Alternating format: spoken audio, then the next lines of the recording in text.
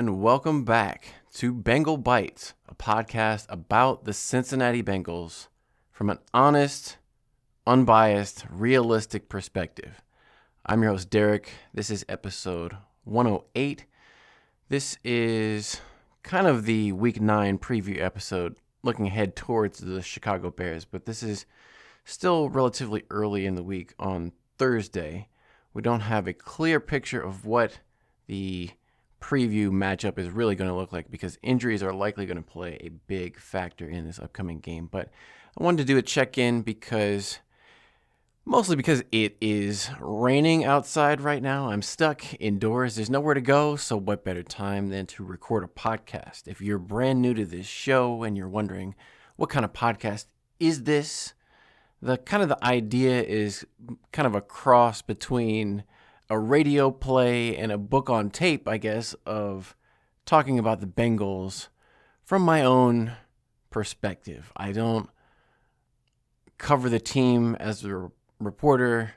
I don't have season tickets to the Bengals. I'm not there at every game. I'm just a fan watching from home like a Joe Schmo, everybody else out there. But Bengals are my team. I used to play football in college. I was a wide receiver. So when I'm watching the game, it's more of a critical, analytical eye of how I would go back and watch the tape the next day if I were a player, because you're doing a constant evaluation for how you can improve as a player. And that's the way I try to look at it. It's just my own perspective. Lots of people have their own unique thoughts and feelings about the Bengals and the way they interact with the team. And it's interesting and kind of annoying to me. Don't take it the wrong way. But, like I said, the reactions to last week's game of a loss. Losses happen in the NFL all the time. But people were losing their minds, tearing their hair out at the fact that the Bengals lost to the New York Jets, who had been 0-7 coming into the game. But Joe Flacco, after the game, said, basically, it's sometimes the other team makes plays and you don't. They get paid money too. It's not like the Jets were not a professional football team. Some people, I think, confuse college football type of fandom where if you're a fan of a team like Ohio State, where you can just expect to go and roll over smaller schools who are completely overmatched, like a Grambling State or whatever, and blow them away 70-0. And that's totally different in the NFL. Any given Sunday, one of those teams can knock off the other team, especially when you don't have your number one starting quarterback. Everybody in the NFL knows that Joe Burrow is injured. He's still staying on the sidelines, not even anywhere close to being able to participate, and probably not able to run at this point. But the current narrative still continues to be, can the team hold on until Joe Burrow comes back? Joe Burrow, I continue to say, probably will not, and most, in my opinion, shouldn't even attempt to come back, because based on the severity of the injury that requires surgery, like I say, these guys aren't robots. You can't just put this expectation, and it's all the media, all the talking heads everywhere are talking about how Joe Burrow is coming back in December. He'll be back. And that's the problem with expectations and setting unrealistic ones. We need to have realistic expectations, not put unrealistic expectations on these players and unfair expectations to me. Like I said, from a player's perspective, I think it's unfair. Yes, Joe Burrow gets paid a lot of money, but there's no amount of money that should be forcing him onto the field if he's not ready to participate and not risk even further damage to his body. We saw a horrible injury to Cam Scatabo, the running back for the Giants, fractures, dislocations, ruptured ligaments, pretty much as close as a car crash type of horrible, life-changing injury as you can get. He had to get surgery immediately, and who knows when he's going to come back, if he can come back. And I don't want to hear, people Like if they could if some doctor comes out with a timeline of, it's a 9 to 12 month recovery. I don't want to hear 12 months from now fans talking about where's Cam Scatterbo. Like, whatever it is, these players need time to rehab. And I'm an old man, so I know whenever I get even a little bit of a hint of a strain or God forbid, a pull, it's like, whoa, I need to put some ice on it, the ice method, compression, elevation, all that stuff. Take care of myself.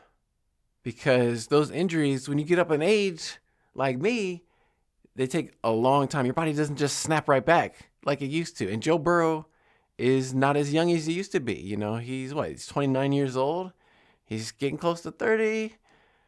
Everything in Joe Burrow's body can't just constantly grow back. And he's not like Wolverine from the X-Men where he just has made out of adamantium and he has super healing abilities.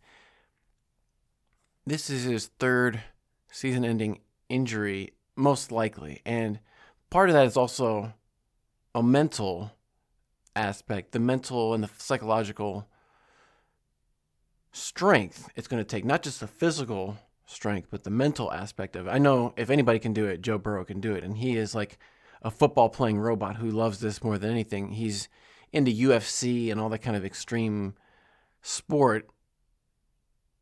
But I wouldn't expect to see Joe Burrow anytime soon. So that's why it's even more distressing to me that Zach Taylor gave an update on Joe Flacco, the new starting quarterback. Now, Joe Flacco left the game or went into the locker room during the Jets game, and he took a hard fall on his right shoulder on that sack by, I think it was Will McDonald, on the Bengals' second to last drive when they had to punt it back to the Jets, who inevitably went down and scored the game-winning touchdown. Joe Flacco sounds like a sprained AC joint, or what's sometimes known as the separated shoulder type of injury. I've had that in a similar type of play. When I was in college, I went to catch a pass, and I came down on my left shoulder, and even now I still have a little bit of pain and soreness in that AC joint where your collarbone connects to the top of your shoulder. And there's some ligaments in there that hold those two bones together. That's the AC joint.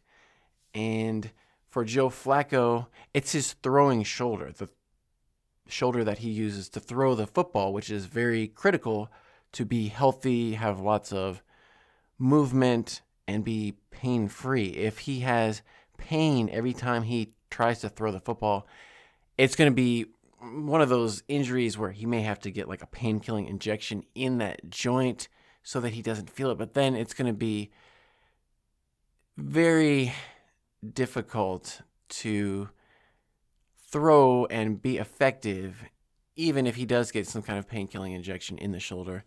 And like I said, he is even older than Joe Burrow. He's over 40 years old. So the separation of the shoulder at his age is going to take even longer to heal. It may be, the rest of his career he's going to be dealing with shoulder pain if he's going to continue. This may be, I don't want to say this, but this may be the injury that makes Joe Flacco consider how long does he want to play if his throwing shoulder is getting messed up. So that puts like a deathly fear into me, the Cincinnati Bengals fan, because the backup quarterback is Jake Browning. And we have seen Jake Browning. We've seen too much of Jake Browning. When Jake Browning was replaced by Joe Flacco immediately, at that moment, Jake Browning had led the league in interceptions. And he had missed the first game and a half because Joe Burrow started off. So Jake Browning had 8 interceptions in like 3.5 games. They got blown away in 2 of the worst losses in franchise history, 48-10 at Minnesota, and then 28-3 in Denver, where the Bengals showed up, not a lot of time to get prepared for that high altitude. So the fatigue could have been setting in, but the reporters asked Zach Taylor in the press conference, he said the chances of Joe Flacco playing are 50-50. And that was on Wednesday. And I don't know what the status update is going to be. He didn't practice on Wednesday. Joe Flacco did not. Today, Thursday, we're going to have to watch this. And going into the weekend, whether or not they list Joe Flacco as questionable, doubtful, or out. The other options on the roster are Jake Browning and Sean Clifford.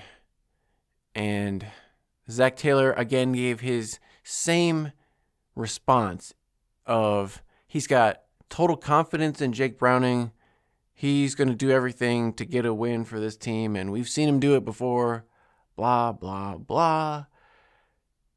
But the reporters asked him, there was a noticeable difference between Jake Browning and when Joe Flacco came in. The offense seemed to do a lot better with Joe Flacco.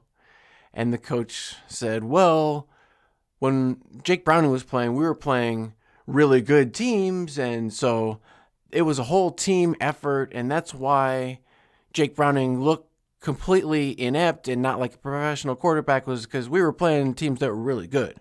And it just so happens that when Joe Flacco came in, the competition, I guess, got not as competitive as they were when Jake Browning was playing. But I don't recall Joe Flacco throwing multiple pick sixes or throwing the ball back across the field over his body and being ridiculous. I haven't seen that out of Joe Flacco even once. He's been very risk averse. Hasn't had any turnovers at all compared to Jake Browning. But Zach Taylor continues to insist nothing wrong with Jake Browning at all. I'm not really believing that. I wouldn't be surprised if they start off the game with Jake Browning. You got to have Sean Clifford on standby. They asked, would Joe Flacco be the backup? And Zach Taylor said it was too early to tell. But, the reporters are really sniffing around the fact of you can't seriously be putting Jake Browning back out there because nobody wants to see that. I told you, at the end of the game against the Jets, they were showing Jake Browning with his helmet on, looking like he was getting ready to go in the game. It's like, please, anything. Go put Joe Flacco out there and have him throw left-handed underhand or something. I just don't want to see Jake Browning anymore. Nobody wants to see Jake Browning anymore. Jake Browning doesn't want to see Jake Browning anymore. And it's just not the scenario that we want to play out, especially this is going to be the third home game in a row for the Cincinnati Bengals. It got off to that great start on Thursday night against the Pittsburgh Steelers, who lost again this weekend. So they're 4-3. Bengals are 3-5.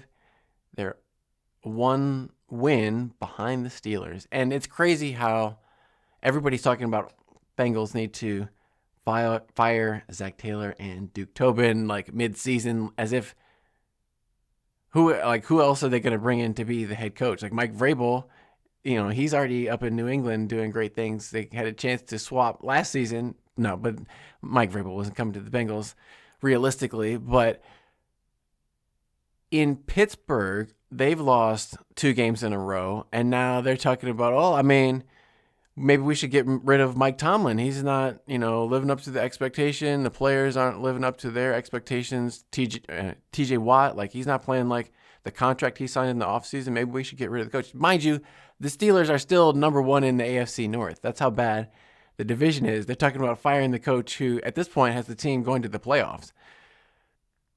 But expectations are everything, like I said. And the problem to me is, it doesn't make sense to me when we know only one team can win the Super Bowl. Only one team is going to win the game on Sunday. And if you go into it thinking it's only a good game if my team wins, you're not going to have much fun, I don't think. I don't have fun if I just only have the assumption that the team is going to win. I'm there to watch an entertaining football game, no matter who wins. That's what I wouldn't want to watch the Bengals have beat the Jets 6-3 or 3-0 or something, where both teams just kind of didn't do anything, punted the ball back and forth 11 times in a row, and then somebody got a field goal at the end to win it.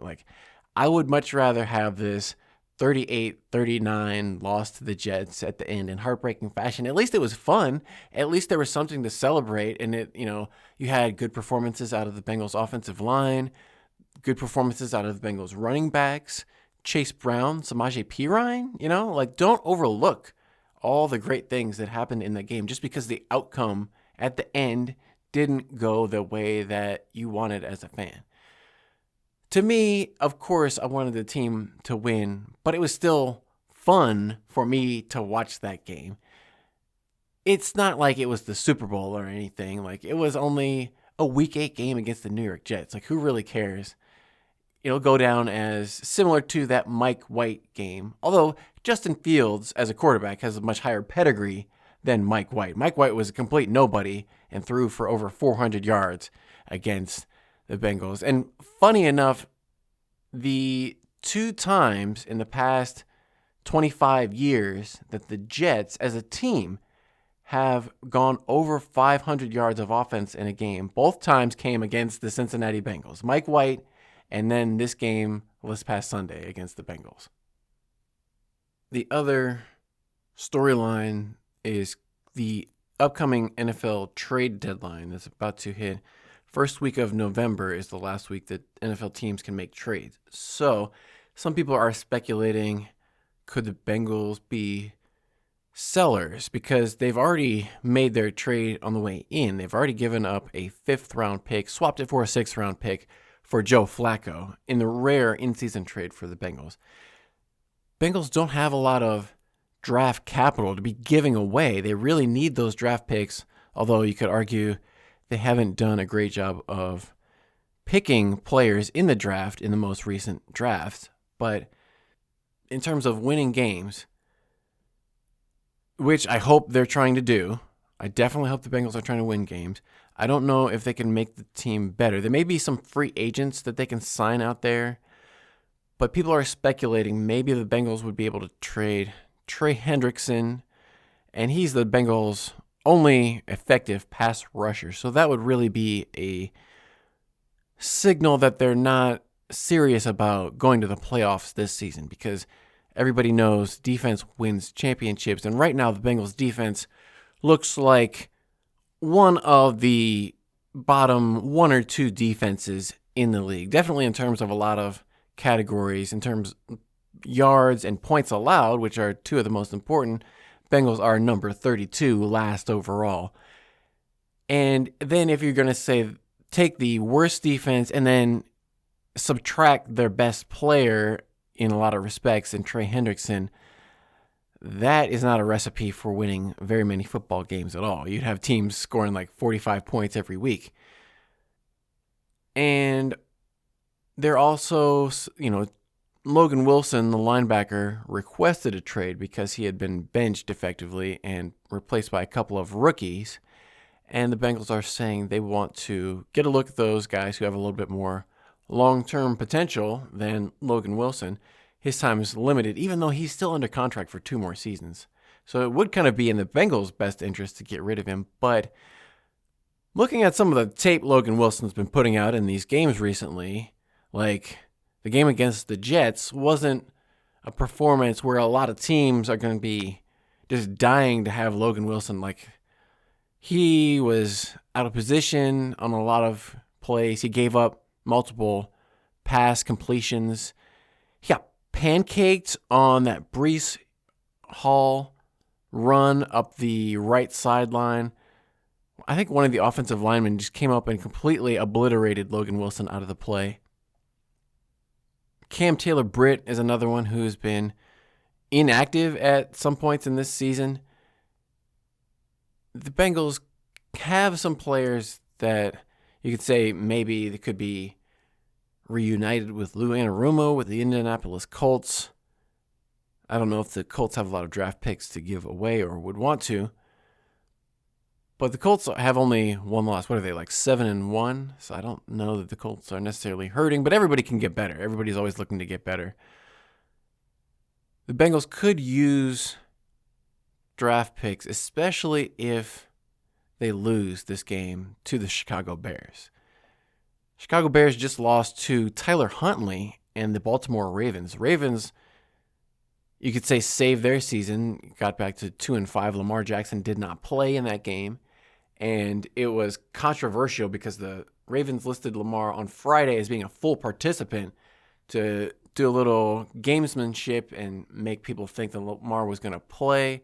But then Lamar didn't play. And the Ravens play tonight on Thursday. So it may have been a case where it was a short week coming up. They don't want to play him on Sunday and then have to play again on Thursday. So they gave him the extra rest. But some people made bets assuming that Lamar Jackson was going to play, and then they were all upset. You know, they still won the game and covered whatever spread there was. So I don't know what the people would be upset about. But because of the controversy going on in the NBA right now, players getting accused of insider knowledge and leaving games early because they have these prop bets on individual player performances, which is too easy for if you have one person who can control the outcome of the bet.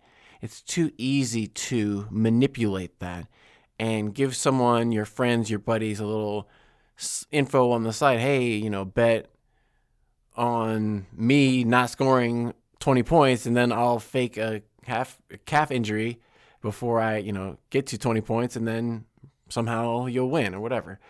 It's too easy for people to manipulate that type of betting, but for some reason it's legal. There's a lot of things that are stupid in society that shouldn't be legal, but they still are at this point. But speaking of which, professional football guys are still going out there cracking heads into each other and for our amusement and our entertainment. And that's what we have to remember. They're putting their bodies on the line every single week, win or lose.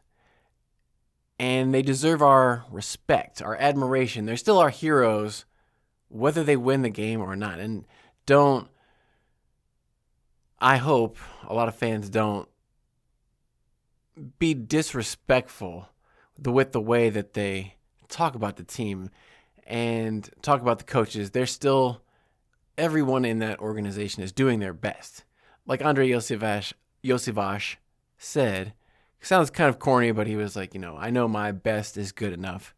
And if he's doing his best, then, more power to him. I want the best for him. I want the best for this team. And sometimes these players' best just isn't good enough. Like what we saw against the Jets. Maybe that's the best performance the defense had. They're talking about, oh my gosh, worst defense. It's ridiculous. Maybe that's the best they could do, honestly. But the Bengals, they released veteran defensive lineman number 69, Mike Pennell. He was the 12-year veteran. They signed kind of the Lawrence Guy of this year. Lawrence Guy just retired as a New England Patriots last week, by the way. And he retired as a Patriot. He won the Super Bowl with them. So he's talking about how the Patriots were the best franchise, the best organization to be a part of.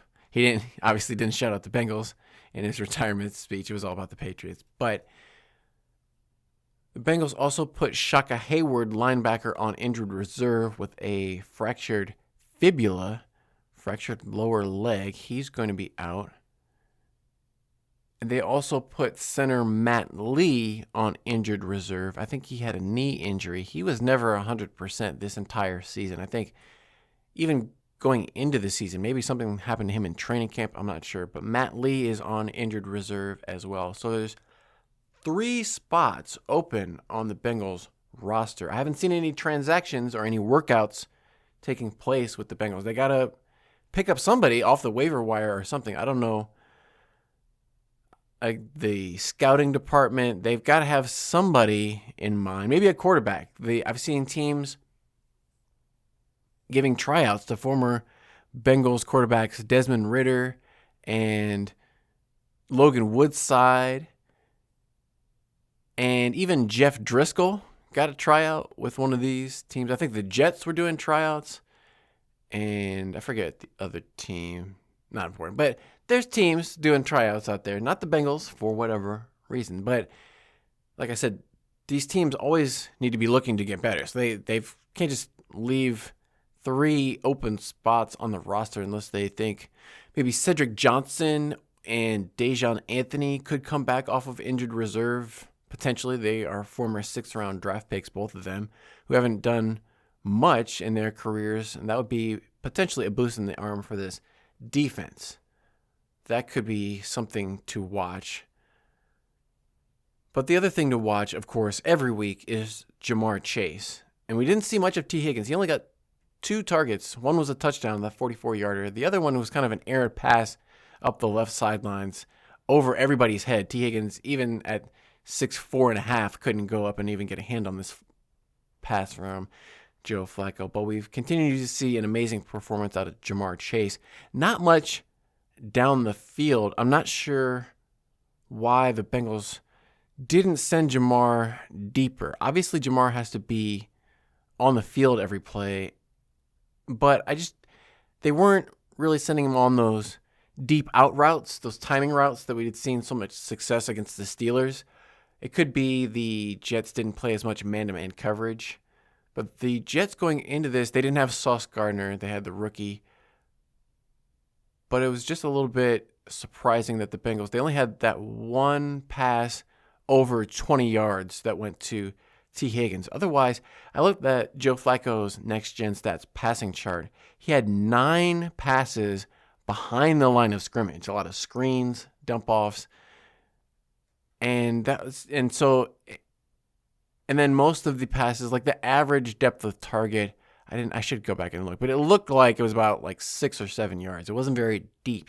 Definitely not pushing the ball down the field. And those are safer. They don't lead to interceptions and turnovers. But also, it's hard to fault them. They put up almost 400 yards, 220 passing. It just got dwarfed by the Jets. I can't say the offense was ineffective. They scored 38 points. Just the Jets scored one more than them. And, to their credit, the Jets, they went for 2 2-point conversions. The Bengals didn't go for any 2-point conversions. Nobody said that the Bengals couldn't go for 2 as well. But they just kept kicking the extra points. They were kind of the more conservative team. The Jets were more aggressive, going for 2 when they needed it. Bengals more conservative. Every time they scored a touchdown, they kicked the 1 point. Didn't go for 2. They could have won this game if they had also converted on 2 2-point conversions. They would have won by 1 point. Maybe something to consider going forward. If the defense is going to be this terrible, maybe just have the offense go for 2 and score literally as many points as possible. I don't think Zach Taylor would ever go for that, but if you want to win games, you got to shake it up sometimes. And at the very least, that would be the most entertaining thing, is if they went for 2 every time. It's kind of boring to kick the extra point, even though it's safer. Aren't we here for entertainment? I always say this is a 32-team Royal Rumble every season, and you can't win most of the time. And so it's sometimes you just got to have fun being entertained, watching the games and rooting for your team and enjoying good football. That's what the best thing I can say about the game was there were very few penalties. There were 2 on Cam Taylor-Britt, but the Jets only committed like 1 penalty. And I didn't see a lot of obvious penalties. So it was at least a clean, watchable game. The NFL put that game on their YouTube channel as their game of the week. And people were talking about who would have thought the Jets-Bengals would have been a good game. But, from a neutral football perspective, that was a great game. Everybody, in the Bengals land is talking about worst loss ever, all this hyperbolic language, extremes. Everybody wants to go extremes and go viral and have a extreme reaction. Or be like the Joe Beningos of the world and yell and scream and rant and rave about how everybody should get fired and they're all totally incompetent. But then the Jets, it's not funny. Nick Mangold passed away. He's from Ohio State Buckeyes guy. Very saddened to hear of the news of Nick Mangold passing away. But some of the Jets reporters were going like over the top with like, moment of silence for Nick Mangold, and the Jets won the game for Nick Mangold. And you see like the top voted comments on the Jets videos would be like the Jets did it for Nick Mangold, or Nick Mangold was with them out on the field, and like people treat football teams like it's some kind of a cult or a religion or something. They take it way too seriously. I'm having fun with this team, with this game, and a little bit of levity. So don't take these wins and losses too seriously. This is the way I'm trying to cope with the realization that Jake Browning might have to actually be playing again. No, I don't want to see Jake Browning anymore. I'm sorry. I'm getting it together. I just had a small moment of breakdown. Maybe Sean Clifford can get in there. Anybody but Jake Browning.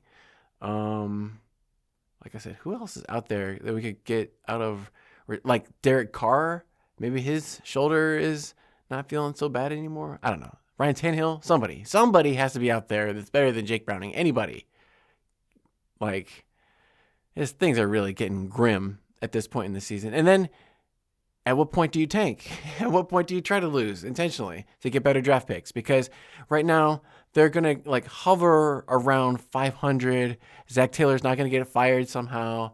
They're going to go 8-9 or 9-8 again and just barely not make it to the playoffs and just string us along for another season and get another mid-round mediocre first-round draft pick. We've seen Shamar Stewart hasn't really done much of anything so far. He got injured. He came up, the slow start, missing training camp.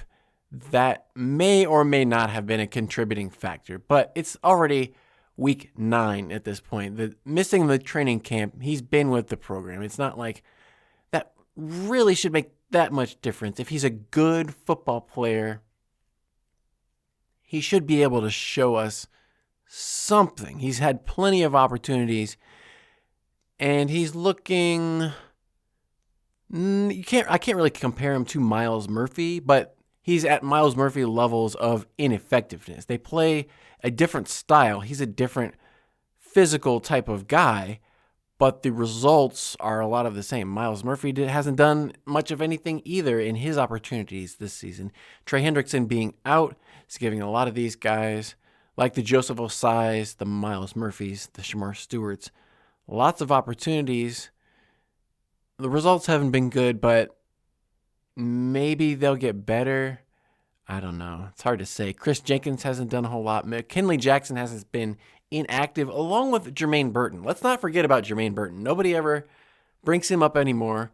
He was the hot topic in training camp. Everybody was saying he was looking good. He got a haircut. He was coming to meetings on time. Everything was trending in the right direction.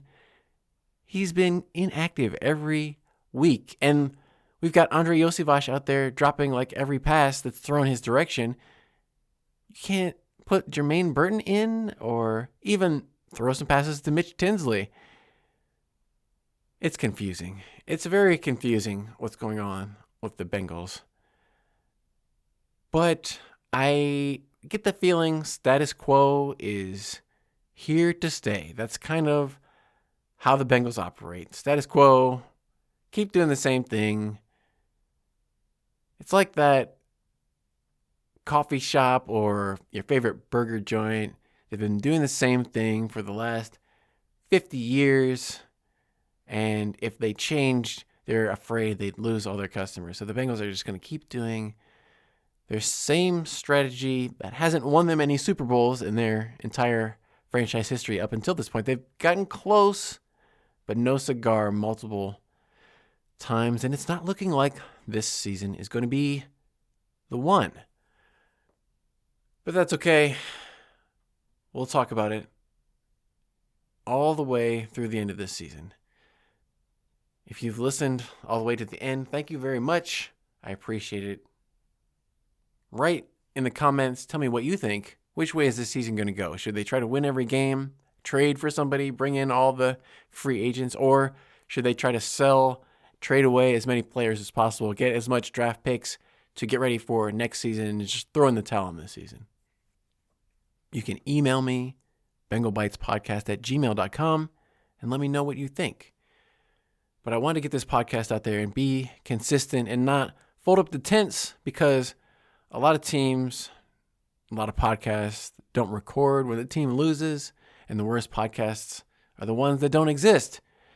One of my favorite podcasts, the Meow Mix podcast for the Carolina Panthers, they went viral recently. They've got over 1 million views on X for their post, talking about how they were taking a hiatus from the podcast because they were so fed up with their Carolina Panthers team and they wanted to spend more time with their family and devoting their attention to other things besides this team that had let them down. And then the team won like 3 games in a row. And it was kind of like maybe that was the good luck charm of as soon as they stopped recording the podcast, the team started winning. So they went on a break. But eventually, like, the gag has got to kind of run up. If you're going to be a podcast, you got to come back and record at some point. So hopefully the Meow Mix podcast makes its grand return eventually. This podcast isn't going anywhere, no matter if the team wins or loses. The Bengals have lost 5 out of the last 6 games, but they had those 2 banked at the beginning. So somehow their record still looks respectable. People are kind of like, how is this team 3-5? How did they win 2 games? It's like, if you go back and watch those first 2 games, they got super lucky. That's how they won. They shouldn't have won those first 2 games. So they probably should be 1-7, just like the Jets are. And nobody would be shocked at that point.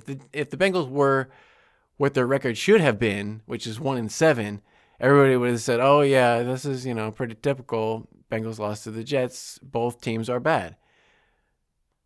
The 2 wins kind of fooled everybody. And they had Joe Burrow, who didn't even go for over 100 yards passing. Didn't he have like 95 yards passing in the first game against the Cleveland Browns?